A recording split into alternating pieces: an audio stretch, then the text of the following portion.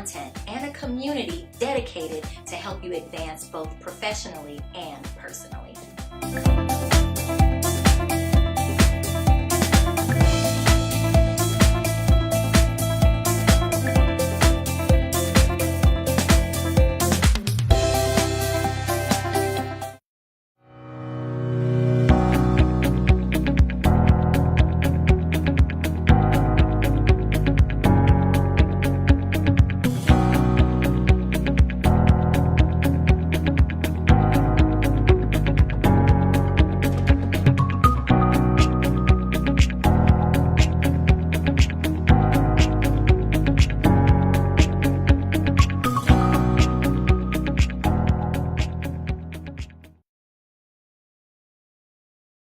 Hello, good evening everyone, and welcome to another Marketplace Mondays. I am your host, visionary strategist Geralda Larkins, and I'm so excited to have the woman of God here with me. All month we have been interviewing other consultants, strategists in the marketplace that are doing it so big for the kingdom of God.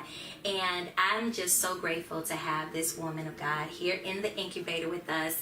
All the ladies are out there working and strategizing and collaborating in the incubator, but we are here to get an impartation tonight from Mary V. Davids. She is the owner of D&M Consulting Services, a career and brand strategy development firm created to help ambitious entrepreneurs, business professionals, and experts just like you. She specializes in helping you send a clear message about your value and land new opportunities. Her clients are leadership professionals, philanthropists, public speakers, relationship experts, and more.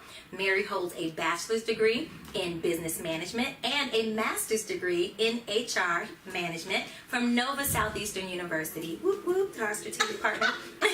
She's a career coach for the Forbes Coaches Council. Amazing. Very elite group. Okay. Co-chair for the Hollandale Beach Chamber Women in Business Council and a recipient of Legacy Magazine's 40 Under 40 Black Leaders of Today and Tomorrow. All right. Mary is on a mission to help people overcome their best lives by delivering brand excellence consistently, confidently, and courageously. Welcome, Mary. Thank you for having me. Thank you so much. Absolutely. We're so grateful to have you. So tell now the world about who Mary is. Well, I think you pretty much summed it up. You know, I write bios, so, I made sure to put everything in there. I think I did a pretty good job. But mostly my goal is to help people who are trying to figure out what next career steps they want to take, or if they're in transition, they're not really sure, what they want to do next, if they don't want to stay in their current organization, if they want to find something new, or new entrepreneurs, people who are looking to send a consistent brand message. That's what my goal is, helping people to do what they love and get paid well doing it. You got to get the check. You got to get the coins. Them coins serious. Okay? Have to get the coins. So that's what my focus is, because at the end of the day, if you don't love what you do, the people that you're doing it for are impacted negatively. You want them to get the best of you, not the rest of you. Amen.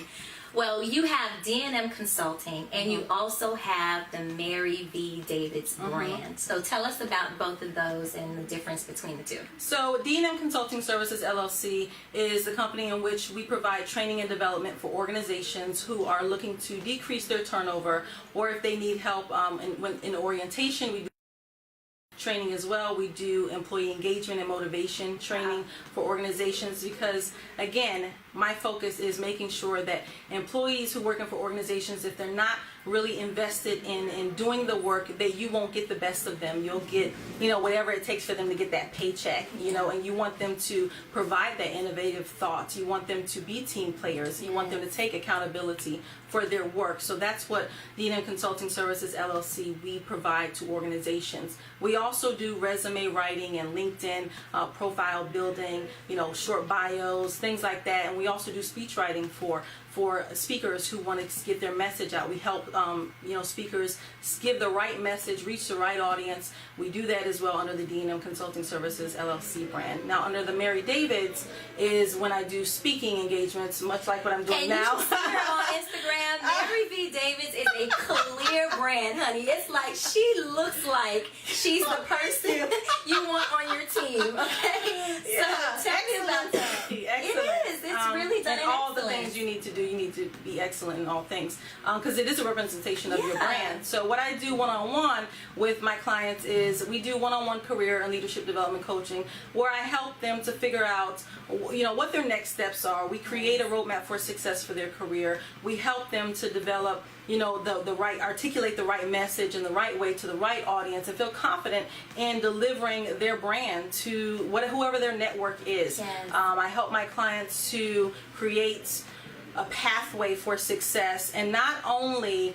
do we talk about what next steps they want to take or where they want to be in the future, but really what type of relationships they need to build to get there. So knowing everyone is not the key. It's who you know and how you add value to them in order for you to receive the value you need back. So it's not just about telling people how awesome you are, but it's also about providing the value that you need to give in order for them to see your awesomeness and see how valuable you are, because value is determined by the receiver, not by you. So you have to be conscious of that. So I teach my clients how to send the right message and connect with the right people to up-level their career. That's what I do. Now, that was a mouthful. And I'm telling you, that means she has the receipts to back it up. So that value proposition for people is so important, because value is what dictates price, it what dictates experience, it dictates your reputation out there in the marketplace. So what value do you bring as a coach? Well, as a coach, I make it my business to really learn what my clients' ideal is of their future and their career development. Understanding the why behind what they need. Because it's not, some people just say, well, I want to make more money. Well, why do you want to make more money, So I make it a point I don't put my clients in cookie cutter programs. There's no cookie cutter with me. Of course I have a skeleton, a design of a flow. However, I make sure that I'm attentive to their needs. What is it that they really need versus what they thought they needed, right? Because maybe I'm not the right person, or maybe I am the perfect person for them. But we won't know that until we ask preliminary questions and we really dig deep to find out how I can be of value to you. And I have them tell me, how will our sessions be valuable to you? Because it's not just about what I want to give. And I think that sometimes, especially with new coaches, because we see this all the time online, there's tons of coaches, right? Tons of coaches, right? Yes. But they're so busy. A lot of them, they're great coaches, don't get me wrong now, but there are a certain demographic of coaches who are so busy trying to prove their awesomeness that they're not listening to the needs of their clients. And that's how I know when I'm valuable, is if I meet my client's needs and they share with me, look, this is what I wanted, this is what I expected, and here's how you deliver. I ask my clients, what do you expect to get out of this session today? And what is it that's on your mind? Because I may have a plan in place, but maybe something else is top of mind with them. Maybe they have an issue they need to work in that moment, and I want to be of value to them in that moment, because like I said, you can have a design for how you want things to look, but your client is an individual who has different things going on, and you want to make sure you can meet the need that they have. So that's how I know I give value to my clients, is I focus on what they need, not what I want to give them. Amen. Amen. So you have been in corporate America since you were 18. She looks beautiful. She might still look 18. I'm just saying. You know what I'm saying? So take us back. You're so funny. Take us back on the journey of your entrepreneurial journey, the journey in even corporate America to get to where you are today. What has been the biggest obstacle you have had to face to become Mary V. Davids that we see now? Well, like you said, I started when I was 18. Actually, a friend of mine, and this goes back to great connections, knowing people in your network who are going to up-level you, people who have been where you're trying to go is so important. And when you go out there and network, not just having a bunch of cards and saying, oh, I know a lot of people. You know a lot of people that may not be any value to you. So what is the point of that? Right? So when I got in corporate America, a friend of mine, I used to work at a department store actually, and her and I connected. She was older than me, but she said, hey Mary, she left and went to a company and said, hey, I was the only one she called from that store because we had built a connection and maintained a friendship. And she called me and said, hey, I have an opportunity here. My boss wants to hire. You know nothing about the industry, but I want you to come on over because I believe that you'll be able to learn. And I did. Right? And I did. And within 2.5 years, I was supervisor in that organization. But I think that opportunity will come to you, but you have to be ready, and you have to be willing to know what sacrifices you need to make the most of a situation. I think sometimes we expect to be connected with people who are going to open doors for us, but we're not ready to step in and step up to the situation, because who you know may get you in, but what you know has to keep you there. Come on now. Right? So I think for me, one of the I would say the greatest challenges I've ever had to deal with, which is always ongoing because I'm always asking God to make me self-aware in any situation, I think is making sure that my message is not clouded by any insecurities or anything that I'm personally dealing with. That I'm still able to have things flow through me, not just to me. Wow. I think that's something I'm always conscious of, and sometimes when you're at different levels of hierarchy in an organization, you'll have different challenges. You'll have people who may look at you like, why did she get this job? Or who is she, or whatever. And you have to know that, at the end of the day, you have responsibility for whatever position you're in, whatever environment you're in, is to be a messenger. So not just being a person that makes it all about you. It's about the work that you're doing and how you're showing up in that environment. You talk about faith, which is one of the things that you don't play around with it. This is who I am. You have no qualms about posting about your faith, about your family. I love seeing you and your boys and your husband out there on social media land. And so how, especially in corporate America, how are you able to be the hands and feet of Christ or be the light of Christ in corporate America without having to say Jesus every conversation? Get people beside the head with the Bible. You're going to learn today. You're going to get saved today. Can't do that. Try to baptize people on lunch breaks. No. Okay, you can't do that. One of the things I'll say is, for me, it's always been a package deal. Like, there is no me without God. There's no God without Mary. So it is what it is. Take it or leave it. Because all the awesomeness that you admire about me, well, that's because God is in me. And I'm letting Him work through me. So there's no separation of the two. And I think sometimes we can get into, especially certain work environments where it's like it's not maybe people are not open or acceptable to your faith, and you feel like, well, I can't share it, I can't be me in this environment, I can't show up and share how in love I am with God, or tell people Wednesday night I can't work late because I'm going to a Bible study. Well, guess what? You have to know your non-negotiables, and you have to really own them and trust and have faith that however this goes, God's got your back. Like, He's not going to put you in an environment, situation that He doesn't have control over. Right? So sometimes we get in the way. We think we alone can provide a solution. We alone can handle this. Oh, this coworker has a problem with me. Well, then I'm going to do it. I'm going to handle it. Instead of asking God for wisdom of how to approach a situation. And people will catch on to how impactful God is in your life by watching you, watching your mannerisms, watching how you do things. One of the things I have struggled with is, again, always trying to make sure I suppress me. The Bible says you should die daily, right? And look, Mary want to rise up all the time, and Jesus like, take over. Sit down somewhere now. You have an administrative gift, and I can relate to being in situations where you hear people's problems and you have an answer. You want to give an answer. But then everybody's not where they're not at the level that you're at. And I think sometimes people get turned off because just because you share your faith and your love for God doesn't mean you have to shove it down someone else's throat. What I mean by that is you have to, again, this is where wisdom comes in.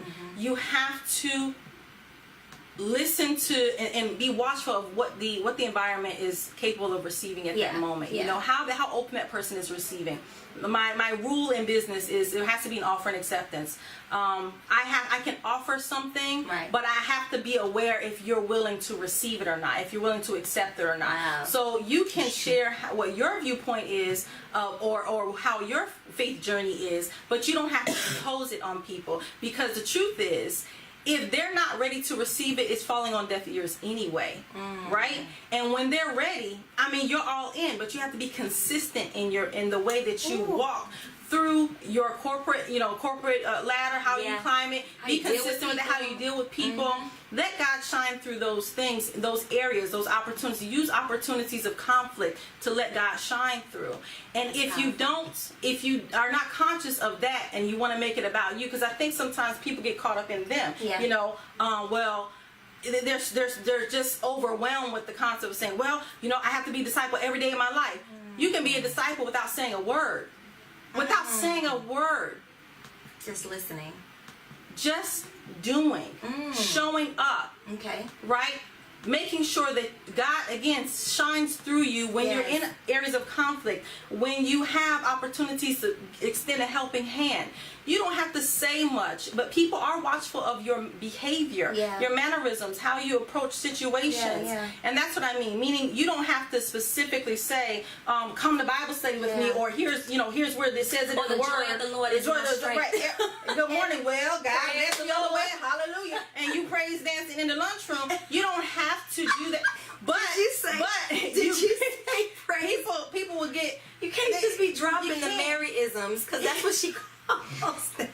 I make up my own words, okay? Because that, I make up my own I wasn't ready for that one. Praise dancing, and that's real talk, though. Because people feel like they have to prove. You don't have to prove God is great. Let them see through the way you live your life and the way that you show up in that environment. Okay? Yeah. The greatness of God is going to shine. Amen. Through any situation, and that is more impactful than anything you can say.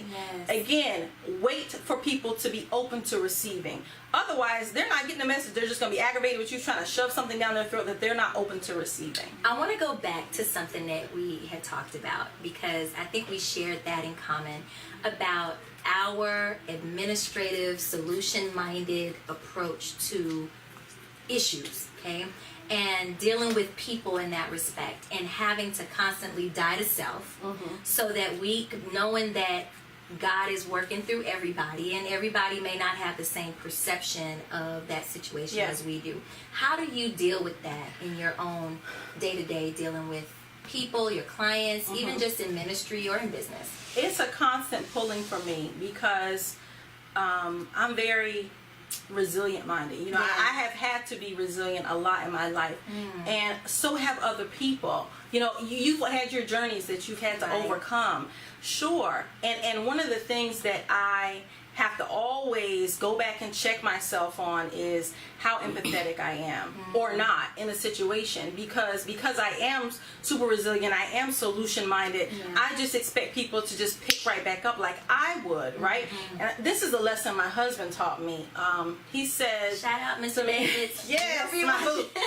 Okay, so he said to me one day, he was like, you know, Mary, you have to understand that everybody's not going to behave or respond the way you would, right? And I think sometimes when we go through things, or when we grow through things, and we're at a different level in our journey, we have an expectation that other people are supposed to quickly adapt to what you already know to be true. Like, we know God's going to make it work on the other side. We know there's a blessing in the mess. We know these things for sure, so we can sometimes expect other people to just pick it up right away, and we don't give them an opportunity to just have their moment. And I have struggled with that a lot, because if somebody comes to me and tells me a problem, I want to fix it right away. I mean, I'm a fixer, you know, like you were saying, like I'm very solution minded. You can't come to me and lay your burdens down, and I don't want to help you. You already have a plan mapped out on what we're walking away with a solid plan, okay? A plan of execution. It's going down. And because I'm not a sulker, you know, I feel like you can go through things, but you don't have to stay there. You don't have to stay there in that place of just doubts or and that's your frustration heart. or insecurity. You want to help. I want to at help. the end of the day, but then it can come off. It can come off as I don't care enough, or I'm insensitive, I'm not empathetic, right? And that is something that look, we see you not good. I think that that's something I've always had a hard time adjusting to, but I'm always conscious and ask God. I think in all things, in any areas of life that you want to improve on, if you're conscious of it, that's a big thing. It's a big thing for you to just have some self-awareness. And that's when you said that, when you had mentioned that, and you're saying that as something I constantly ask God for, I'm like, well, then, girl, you just. You good to go, because not everybody would be open enough to say, you know what, I recognize that this is my issue, Lord, but I want you to use me for your glory. I want to represent you. I don't want a bunch of me to come through and him not to shine through, because I feel like then I'm not being the messenger I'm supposed to be. You know, I'm not really walking in the purpose. It's all about self. Come on. And you can't be that way. Even if your intention is good. See, the outcome of intention varies, right? Yeah. So we can have great intentions, but the delivery can be crazy. And people will not receive it the way you intended. So that's why it's so important to ask God for wisdom and ask him to help you to see how you show up in a situation, and if you are the right person or not to deliver that message, because sometimes it's not you. Sometimes people just need to listen, like they just need someone to listen, but they necessarily don't want help at that moment, right? So you have to be conscious of that and say, okay, how should I show up in this situation? What is the best thing I can do? Is it just to listen and just, okay, I'm here for you? Or is it to say, okay, hey, how can we work through this? How can I help you to get out of this rut or to fix this problem? Especially in work environments. How many people have you all been connected to, and they come to you with all their bucket of problems? Well, they overloaded me with work. Oh, this one got a raise, I didn't get a raise. All the drama, right? All of the procedure that changed that they hate, or another program that they have to learn, or whatever. They dump, especially in corporate America. They just dump all this stuff. And me, because I'm a fixer, I'm like, next time we have a meeting, we talking about this, let's put it on the agenda. Boom, boom, boom, because Susie, this is not gonna work again. Since Susie can't use her voice, I'm gonna help Susie out, and I'm gonna tell. But guess what? How you show up in an environment. You show up as a person who is presenting a problem without a solution. And that's another tip I give to my clients who are trying to figure out how they can stand out in corporate America, is be solution minded. Don't just talk about the problem. Offer something. Offer a solution to fix it. And you can get caught up in the gossip of an office. People dropping all their problems on you and feel like you have to fix it, when really you show up as the one that's complaining a lot. So you have to ask God for wisdom. You have to, and that's how you show up positively in a situation. That is so powerful. You know what? That happens. I mean, it happens, and it's like the ones that, when we're in a meeting and the one that's complaining about the problem immediately they're like crickets in there. It's like crickets. There's no more talking, because you're just complaining, and that solution-minded person, they don't have it, who brings that solution in a more positive light, especially if they engage other people for their ideas, comes off much better and produces a much better result in the end. That was some good words. All right. Thank you. All right, let me ask you another question. What words of encouragement would you give out there to folks that are, most of our members are starting their ministries, they're in it 1 to 2 years, starting their businesses, or they're also balancing a full-time 9 to 5 in addition to the vision that God has given them? What words of encouragement would you share? The one thing, my one rule in all that I do is consistency will open more doors for you than any type of flattery ever will. Wow. Consistency will open more doors for you than any number of people you can connect with. Come on. Okay? Because some of that stuff is just superficial. You can have a lot of connections, but nothing can be happening in your situation. Consistency shows people that you believe in whatever you're offering, whatever your skill, service, product is. When you're consistent in doing so, you make people believe what you believe, because they see you doing the work consistently. Number 2, consistency brings trust, right? When people see you doing something consistently, they trust that you have the capability to execute whatever it is that's at hand, okay? Even in your work environment, if you're consistently the one that's on time to a meeting, or you're on, always delivering a project on time, your manager is likely going to come to you when they have something significant that they need done, because you've been consistent in delivering your work, right? So above all, you have to be consistent. Even if you have an objective to write a book, or you have, you aspire to do anything on your personal life. Some, people have full-time jobs, but then they have, their side hustle. Be consistent in sending the message that you want people to know about you. Yes. If you're not consistent in it, then it's not believable. People don't believe that you're invested in it, and then they get confused. And when people get confused, do they cut checks? I don't know anybody that cuts checks when they're confused. Like, I'm not cutting a check because I don't know what you do, where you from, what's happening. Very That's confused. some real talk. Right? Am I right? No, you're right. Okay. This is the kind of language I understand. These are my people. All month we've been having these awesome consultants and strategists, and I'm just like, yes, what she said. It's amazing. All right, the last question: what Kingdom Essential? I ask all my guests. You're an awesome woman of faith. I love how you merge faith in the marketplace. So what Kingdom Essential do you stand on to help you get through day to day? First of all, shout out to the Fresh Church. Can we get a tag? Woo! Fresh Church, my pastors. Everything fresh. I love my the Fresh pastors, Church. Pastor Joey and Pastor Sonia, are God amazing. bless you, Pastor Foster. Okay, I love them. Connect yourself with the right people. That's my point of saying the Fresh Church, because I'm connected to the right people. Yes. For me and my journey and where I'm going. That's a main thing. The second main thing is in all that get understanding. Proverbs, I believe, is 4:17.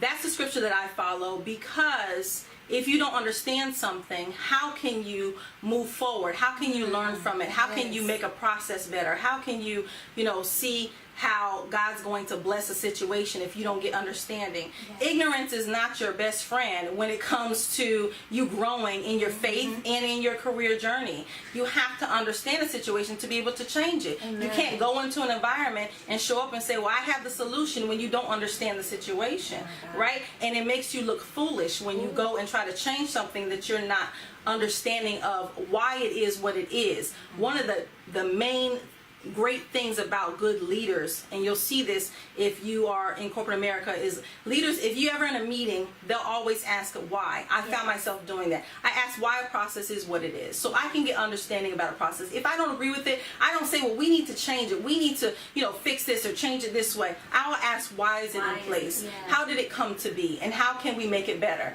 If I understand something, then I'm more willing to be open to either keeping it the way it is, or I will recruit a team of people who now understand with me of why we need to change a situation. Yes. So if you don't have understanding, then you'll find yourself in situations looking foolish and not getting your message effectively delivered. Okay, so you want to make sure that you understand, who plays what role in a situation before you go and try to change something, because then you'll show up like a fool who doesn't know anything. But your intention was to help people, but you can't help people if you don't understand what's happening. That's a powerful word. I hope y'all got all that. Mary, how can people get in touch with you to find out more about you and your ministry?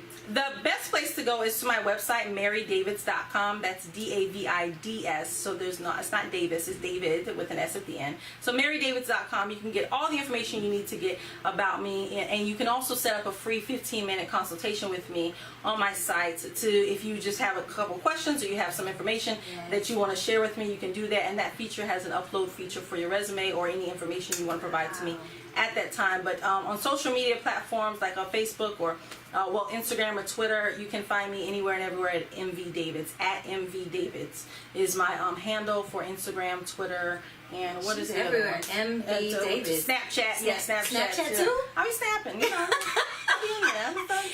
connect. I do a snap or two. Okay. Connect with this woman of God. You won't regret it. Career and leadership development coach Mary Davids in the house. Thank you so much for being here. Thank you for having me. This was great. I know, right? It was so. Y'all better get this information, okay? Go back and replay this thing and share the video. Next week we're gonna have a dynamic woman of God. I'm gonna be broadcasting virtually, I think. Yes, because we're gonna have the success strategist, Dr. Shimona Wimberly, here in the incubator, but she'll be tuning in virtually from from Dallas, Texas. So we're excited to have her, and we want to thank you, Mary, and tune in next week. Marketplace Mondays. Good night, everybody. Bye, guys.